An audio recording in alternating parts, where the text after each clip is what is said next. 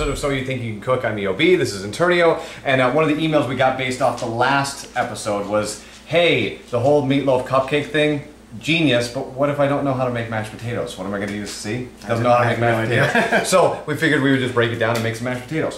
What I have here are Yukon Gold potatoes. You can use whatever you want. You can use baking potatoes, anything. I use Yukon Gold though because when you get them into a mashed potato state, they're like fluffy and creamy, and they're the best potato to make baked potatoes with, or mashed potatoes with. Baking potatoes obviously are for baked potatoes. Obviously. You can use it in a pinch, but it's just not as creamy as this is going to be. So all you're going to do is much like in the episode where I showed you how to make the sweet potato fries, you're just basically going to take the skin off the potato. And when you're peeling potatoes, you can use a peeler if you want. I have one here.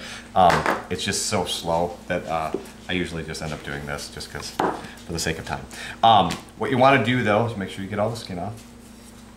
And just like when you're making French fries, you want to make sure that these are as close to the same size as you possibly can. The reason is you want them all to cook in the boiling water at the same time. So that's perfect. So we're going to take 2 pounds of potatoes, quarter them up, dump them in the boiling water. We're going to do that for 15 to 20 minutes. When they're done, we'll take them out, we'll mash them, add some garlic, add some butter, add some salt, and that's it. Alright, so you can tell when the potatoes are done after about 15 to 20 minutes.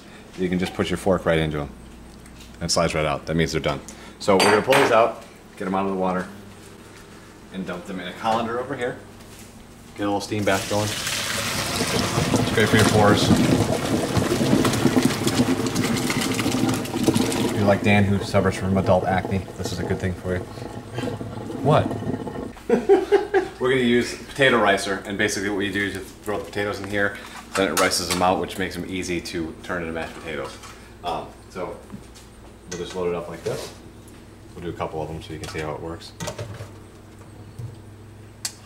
That's all you do, and then you come over here,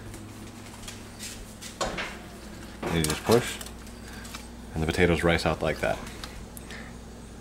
So we're going to do all of the potatoes in here, and then we're going to start to incorporate the whole cream I've got back here that's steeping with garlic and pepper in it, and we'll start mixing that in here as soon as we're done ricing the potatoes. Alright, my secret ingredient is I add 2 tablespoons of Worcestershire sauce, which is basically over there.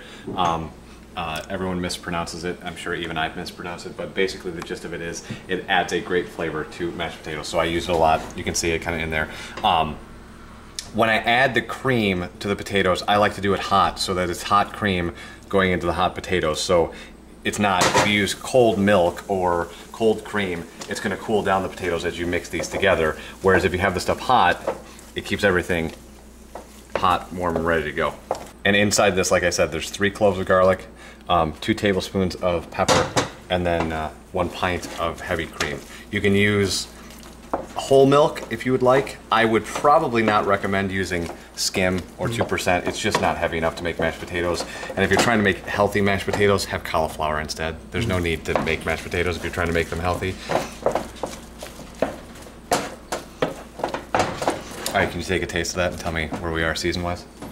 If it needs more salt or...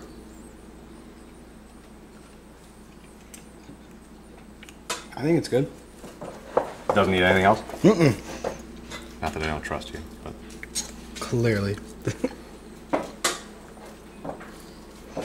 Maybe a little bit more salt, but I think you're good. So basically, this is it. And once you get to this point, it's the creaminess we want, it's the consistency we want, and it's the flavor that you want. You're done. You can just keep this and warm it till your guests serve or come, and you can serve them mashed potatoes. There, mashed potatoes. 1, 2, 3. Catch you next time on So You Think You Can Cook. I'm EOB. I'm Internio.